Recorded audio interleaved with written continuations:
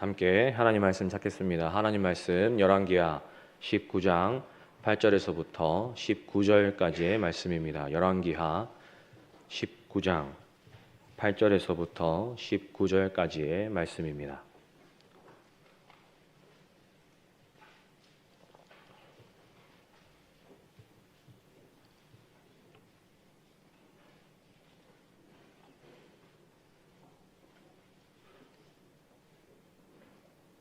다 찾으신 줄 알고 한 절씩 교독하도록 하겠습니다. 제가 먼저 8절 읽겠습니다. 랍사게가 돌아가다가 아수르 왕이 이미 라기스에서 떠났다함을 듣고 림나로 가서 아수르 왕을 만났으니 왕이 거기서 림나와 싸우는 중이라.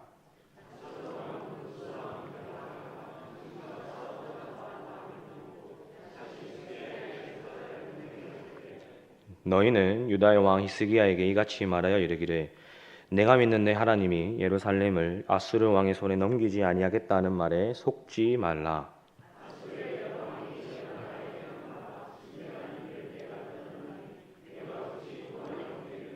내 조상들이 멸하신 여러 민족 곧 고산과 하란과 레셉과 들라살에 있는 에덴 족속을 그 나라들의 신들이 건졌느냐?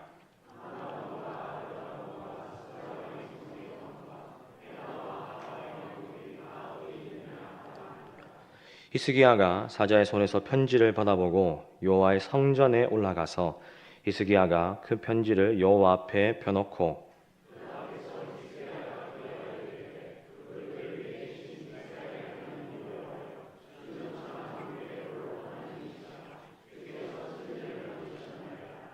여호와여 귀를 기울여 들으소서. 여호와여 눈을 떠서 보시옵소서. 사내립이 살아계신 하나님을 비방하러 보낸 말을 들으시옵소서.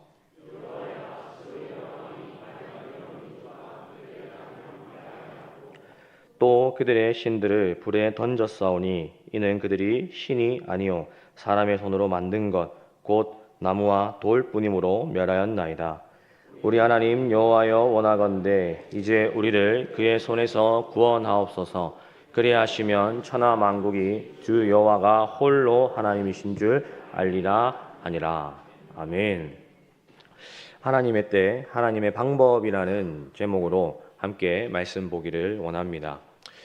인생은 타이밍이라는 말을 한 번쯤은 들어보셨을 것 같습니다. 인생은 타이밍입니다. 남녀 간의 사랑도 타이밍이라 말하기도 하고 사업하시는 분들에게도 사업은 타이밍이다 라고 말씀하시는 분들이 있습니다. 성도님들의 삶에 있어서 잊지 못할 타이밍의 순간은 언제가 되십니까? 그때 그 타이밍을 잡았더라면 하는 아쉬움이 가득한 타이밍도 하나쯤은 있으실 것 같습니다. 저에게 있어서 잊지 못할 타이밍이라고 한다면 아내와 연애하던 때에 아내가 충남 홍성에서 장거리로 근무한 적이 있었습니다. 혼자 타지에 근무 생활을 하던 여자친구였던 아내가 몸져 누워서 응급실에 실려간 적이 있었는데 그때가 타이밍이었던 것입니다. 만사를 제쳐두고 그 심야에 3시간 거리를 달려가 응급실 새벽에 도착하여 아내가 감동의 눈물을 흘렸을 때 아내가 이 남자면 괜찮긴 하겠다라고 여겼다고 합니다. 사랑은 뭐라고요? 타이밍입니다. 우리 청년들이요, 귀 있는 자는 듣고 행하시기를 주님의 이름으로 축복드립니다. 아멘. 좋습니다. 어쩌면 신앙에서도 우리는 타이밍을 원하고 구하는 마음이 있을 것 같습니다. 하나님의 타이밍을 알기 원하는 것입니다. 다른 표현으로는 우리 담임 목사님께서 즐겨 표현하시는 것처럼 하나님의 때와 그분의 방법을 알고 싶어하는 질문이 우리 안에 있는 것입니다. 우리 주님 분명히 다시 오신다 하셨는데 그때가 언제인가 하는 우리 성도들의 질문들, 하나님께서 내 삶 가운데에 혹은 내가 간절히 하나님께 드리는 기도 제목 가운데에 하나님께서 언제 어떻게 역사하시는가 라는 질문들도 있을 것 같습니다. 청년들에게는 이런 질문도 연결될 것 같습니다. 하나님께서 나를 언제 사용하실까? 언제 나를 들어 쓰실까? 그때와 방법은 무엇일까? 라는 질문들을 성도라면은 누구나 한 번쯤 하나님 앞에서 질문할 수 있다는 것입니다. 그렇기 때문에 우리의 기도가 더욱더 간절해지는 것 같습니다. 하나님, 언제입니까? 당신의 때는 언제입니까? 당신의 방법은 어느 때입니까? 내가 분별하기를 원합니다. 무엇이 당신의 뜻이고 무엇이 당신의 방법입니까? 우리는 하나님 앞에서 새벽을 깨우면서 혹은 금요예배 나오면서 간절하게 기도하는 것입니다.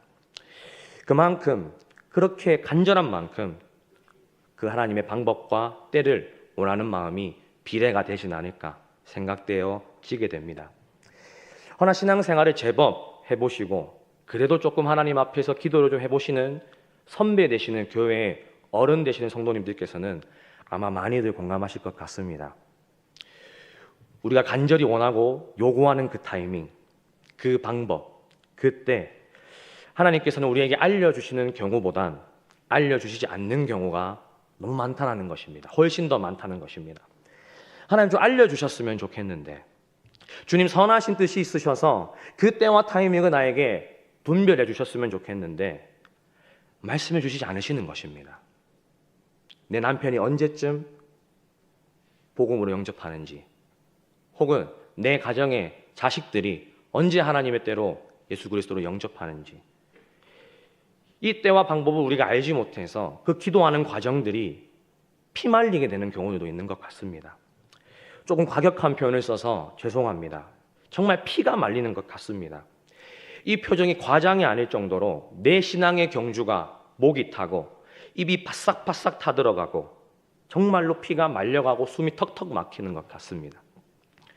이제 더 이상 내가 버텼다가는 주님 뜻이고 뭐고 이젠 내가 지쳐서 죽겠다 까지 이를 때도 있는 것 같습니다. 허나 아이러니하게도 하나님께서 성경 가운데서 하나님의 사람을 부르시고 세우실 때에 그 하나님을 쓰시고자 하실 때에 즐겨 사용하셨던 패턴이었던 것을 우리는 성경을 통해서 볼 수 있게 되어집니다. 많은 믿음의 사람들이 피가 말려 나갔습니다. 아브라함도 피가 말려 나갔고요. 모세도 피가 말려 나갔습니다. 다윗도 마찬가지였습니다. 때를 알지 못했습니다. 방법도 알지 못했습니다. 근데 계속해서 피가 말려만 갑니다. 죽을 것만 같습니다. 그러한 하나님의 방법을, 그 패턴을 우리는 많은 성경의 인물들을 통해서 볼 수가 있게 되어집니다. 언제 어느 때에 우리는 몇 월인지 며칠인지 어느 때인지와 같은 그 타이밍을 원하지만 어쩌면 하나님께서는 그 하나님의 방법과 타이밍은 그런 차원의 수준이 아닐지도 모르겠다는 생각도 우리는 할 수 있게 되는 것입니다. 그럼 하나님의 방법은 어느 때인가? 하나님의 때는 무엇인가? 라는 그 질문 앞에서 성경을 통해서 하나님께서 개입하시는 때, 개입하시는 그 타이밍을 우리가 공통적으로 살펴보게 되어지면 힌트가 되어지는 구약의 한 사건을 짧게 여러분들에게 소개하고 본문으로 넘어가고자 합니다. 그 사건은 바로 구약의 사무엘 사건입니다. 사무엘이 처음으로 하나님의 부르심을 받았던 장면을 성도님들께서는 기억하실 것 같습니다.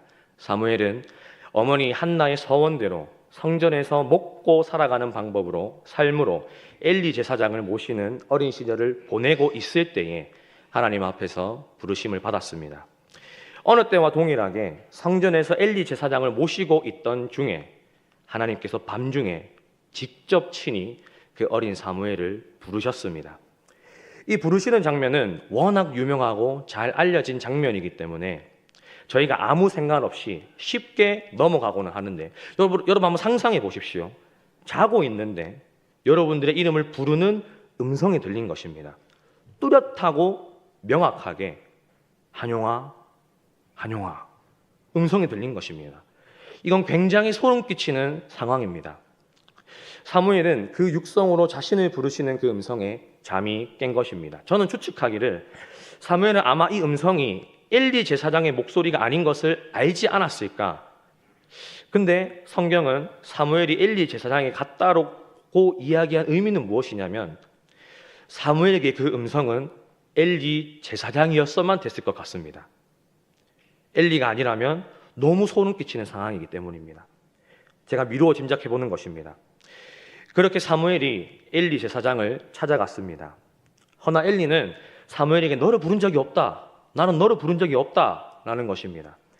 만약에 하나님께서 사무엘에게 말씀하실 내용이 있으셔서 이것을 빨리 말씀하셨어야만 됐다면 굳이 이러한 실랑이를 벌이지 않으셨어도 됐었습니다. 사무엘이 음성을 분별하지 못하고 허덕이고 있을 때, 헷갈리고 있을 때 엘리에게 찾아가는 그 발걸음 중에 그때 딱 한마디만 더 하셨으면 됐습니다. 아니야, 엘리가 너를 부른 것이 아니라 너를 부른 이는 나 여호와니라. 그 한마디만 하셨으면 됐었습니다. 허나 하나님께서는 하나님의 섭리 안에서 사무엘이 엘리를 찾아가는 그 헛걸음의 과정들을 허락하십니다. 독자인 우리의 입장에서도 하나님이 장난을 치시는 것 마냥 짓궂어 보이기까지 합니다. 그 실랑이나 하는 과정 안에서 하나님은 더 자신을 나타내지 않으셨습니다. 어쩌면 하나님의 때가 아니었다라고 저는 표현하고 싶습니다.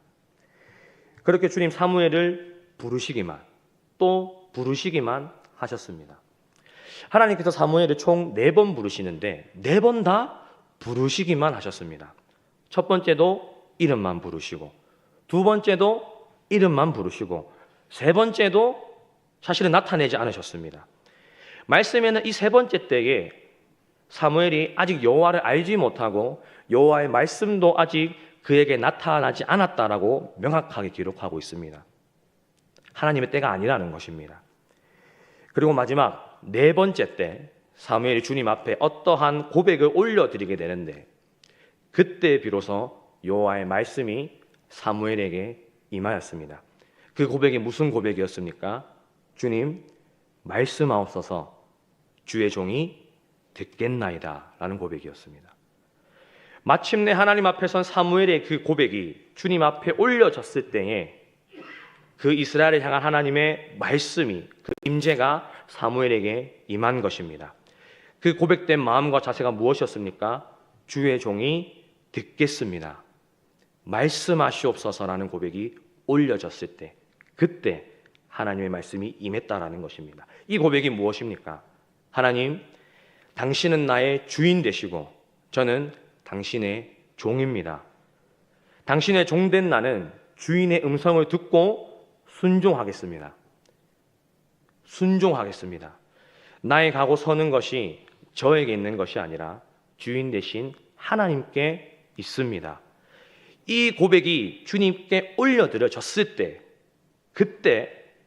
그때가 하나님의 때였고 하나님의 방법이었습니다. 그분의 타이밍인 것입니다. 주여 말씀하시옵소서 주의 종이 듣겠나이다 라는 하나님 앞에 서서 고백한 그 마음의 자세와 태도가 온전히 주님 앞에 올려졌을 때, 그때 하나님의 때가 시작된 것을 우리는 사무엘의 그 부르심을 받고 하나님의 말씀을 듣는 그 장면을 통해서 알 수가 있는 것입니다. 주여 말씀하시옵소서 주의 종이 듣겠나이다라는 온전하고 진실된 고백을 주님 앞에 올려드림으로 말미암아 그 하나님의 때를 경험하는 저와 여러분들이 될 수 있기를 주님의 이름으로 축복합니다. 오늘 본문에도 이러한 마음과 자세로 주님 앞에 순결한 고백을 올려드렸던 한 왕이 있었습니다. 바로 남유다의 히스기야 왕이었습니다. 히스기야 왕은 선대 왕들이 걸었던 악한 길을 걷지 아니하고, 말씀은 히스기야를 소개하길 여호와를 의지함이 히스기야 전후에도 이런 왕이 없었다고 기록할 만큼 그의 조상 다윗과 같이 믿음을 지킨 선한 왕이라고 소개하고 있습니다. 그는 25살에 왕이 되어져서 모든 우상을 제거하였고 산당들을 불태워버렸습니다. 그렇게 종교개혁을 일으키는데 가장 중요했던 개혁이 무엇이었냐면 하나님 앞에 멈춰졌던, 깨어졌던 그 유월절을 다시 이스라엘 백성들이 지킬 수 있도록 이것을 개혁하는 데에 참으로 힘썼던 왕이 오늘 본문 우리가 읽었던 히스기야 왕인 것입니다. 그렇게 율법을 지키고 악한 선대의 왕을 뒤를 따라가지 아니하며 유월절을 하나님 앞에서 지키고자 힘썼던 왕이라면 그래도 하나님께서 복을 주시고 그가 정권을 잡고 있는 동안에는 평안이 있었으면 좋겠는데 성경은 그 히스기야 왕이 다스리고 있던 때에 저 대제국 아수르가 쳐들어오게 되는 것을 기록하고 있습니다. 그 대제국 앞에서 히스기야는 아무런 힘을 쓰지 못하고 또 이스라엘 가운데에 큼직큼직한 중요한 성읍들을 빼앗기고 침략을 당하고 모욕을 당하게 되어집니다. 그래도 악한 왕을 따라가지 아니하고 선한 왕으로 유월절을 지키고 율법을 지키고 주의 얼굴을 구하는 왕이었다면, 그러면 이 대제국이 쳐들어와도 하나님께서 보호하시고 살피시고 도와주셨으면 너무 좋겠는데, 그러한 마음이 성경에 있는 우리에게 마음이 실리는 마음이 있는데, 무슨 이유인지는 모르겠지만 하나님께서 그 침략하고 성읍을 뺏기던 장면 가운데에서 침묵하는 장면들을, 침묵하는 때를 우리는 성경을 통해 알 수 있는 것입니다. 그 어떤 반응도 안 하시는 것입니다. 도무지 생각해봐도, 아무리 내가 생각해봐도 이 대제국의 침략은 전혀 하나님의 때가 아닌 것 같고 하나님의 방법이 아닌 것 같다는 말입니다. 왜 그렇습니까? 성경을 더 우리가 살펴보지는 않았지만 아수르가 그 히스기야에게 쳐들어가서 협박을 하면서 무엇을 요구했냐면 은 300달란트와 금 30달란트를 이스라엘에게, 남유다에게 요구하면서 협박하면서 주지 않으면 멸망시켜버리겠다는 협박을 가할 때에 나라의 그 은금이 300달란트와 30달란트가 없어서 자신이 하나님 앞에서 뜻을 정하고 개혁했던 그 성전에 있는 은금을 손을 댈 수밖에 없는 상황까지 이르는 것을 보면서 어떻게 이것이 하나님의 때고 방법일 수 있는가라는 마음이 든다는 것입니다. 그래도 내가 말씀으로 뜻을 정했고 겨우겨우 내가 하나님 앞에 개혁한 성전인데 저 대제국 악수르의 침략으로 말미암아 성전의 은금에 손을 댈 수밖에 없는 이 처참함, 하나님의 때는 무엇입니까? 하나님의 방법은 무엇입니까? 라는 질문들이 주님 앞에 올려드리지 않을 수밖에 없는 이 처참함, 하나님 앞에 뜻을 정했지만 나의 모든 노력과 모든 수고와 모든 신앙과 모든 믿음의 열정들이 단 한순간에 물거품이 되어 사라지게 되어버리는 그 히스기야의 심정을 아마 오늘 앉아 계시는 성도 여러분들 중에서도 공감이 가고 그 정서가 헤아려지시는 성도님들도 계실지 모르겠습니다. 그래도 내가 왕으로서 겨우 버티고 있는데, 낙심한 마음 그래도 부여잡고 내가 추스리려고 하고 있는데, 우리 청년들도 공감하지 않으십니까? 왜 힘든 일은 한 번에 몰아쳐서 내 인생 가운데에 닥쳐지게 되는 것인지. 그 낙심된 상황 중에 있는 히스기야에게 분명히 조공을 바쳤음에도 불구하고 대제국 아수르는 남유다를 향하여서 여호와 하나님을 모욕하고 조롱하며 퍼붓기 시작합니다. 너 하나님밖에 없다며, 하나님 살아계신다며, 하나님의 때도 있고 하나님의 방법도 있다며, 그래서 너 산당도 제거하고 고생해서 세상적인 것들을 타협하지 아니하고 결정한 것 아니냐. 그래서 너 이스라엘 백성들과 함께 유월절도 지키고 하나님 앞에서 할 수 있는 것 다 했는데, 그래, 네가 믿는, 네가 얘기하는, 네가 믿는다고 요구하고 바라보고 있는 그 하나님은 지금 이 형편 가운데서 어디 있냐. 지금 널 구원할 수 있는 신이 맞긴 하냐. 눈에 보이는 힘은 우리 제국이 가지고 있다. 히스기야를 모욕하고 여호와를 모욕하는 것입니다. 어쩌면 오늘날 이 땅을 살아가는, 또 이제 다음 주면 태국 땅을 향해 나아가는 청년들에게도, 그 믿음의 여정을 향하고 있는 성도들에게 세상이 가하는 모욕과 놀림도 이와 비슷하진 않을까 저는 생각해 보게 되어집니다. 그리스도가 살아계신다고, 하나님께서 나의 구원자 되신다고 너 그렇게 휴가도 빼고 연차도 반납해 가면서 수련회도 섬기고 부서도 섬기고 쎄 빠지게 교회 섬겼는데 결국 너가 남는 게 무엇이냐. 남들은 다 놀러가고 있는 그 방콕에 뭐하러 돈 써가며 에너지 써가며 젊음 써가며 시간을 써가며 에너지를 써가며 낭비하고 있냐. 그렇게 해서 너희들이 다녀오면 태국 땅이 부흥이라도 하냐? 아니면 돌아와서 잘했다, 수고했다, 너의 살림살이가 나아질 것이다 라는 것도 보장되지 않지 않느냐? 사단은 그렇게 우리를 모욕하는 것입니다. 뜻을 정한 우리를 모욕하는 것입니다. 우리의 마음을 빼앗고 짓밟아버리는 것입니다. 이때 이 비아냥과 모욕감 앞에서 히스기야는 이제는 아무것도 할 수 있는 것이 없어서 모든 소망이 끊어진 것만 같아서 버거워하고 있는 그 히스기야의 고백이 어쩌면 오늘날 신앙을 지키고 살아가고자 하는 저와 여러분들의 심정과 동일한 심정이 아닐까 저는 생각하게 되어졌습니다. 오늘 우리가 읽은 본문은 아니지만 히스기야가 19장 3절에서 이러한 표현을 하고 있습니다. 제가 읽어드리겠습니다. 그들이 이사야에게 이르되 히스기야의 말씀이 오늘은 환난과 징벌과 모욕의 날이라 아이를 낳을 때가 되었으나 해산할 힘이 없도다. 아멘.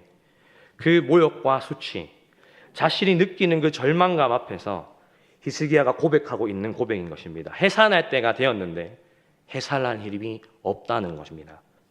이 고백은 정말 내가 믿어야 되는 그 순간에 나의 믿음 없음을 내가 발견했다라는 의미입니다. 여호와를 믿는 남유다의 왕으로서 저 살아있는 세상 앞에서, 대제국의 모욕감 앞에서, 그 세상의 비아냥거림 앞에서 담대히 여호와를 믿는 믿음과 힘이 지금 있어야 하는데 나에게는 그 어떤 가능성도 어떤 소망도 없음을 사실은 보게 되어졌고 해산할 힘이 없도다. 해산할 힘이 없도다. 고백하는 것입니다. 그렇게 히스기야가 자신의 소망 없음으로, 해산할 힘이 없음으로 주님 앞에 이제 나의 소망 없음을 철저히 인정하고 백기를 들고 주님 앞에 나아가는 장면이 오늘 우리가 방금 읽었던 본문 말씀의 내용인 것입니다.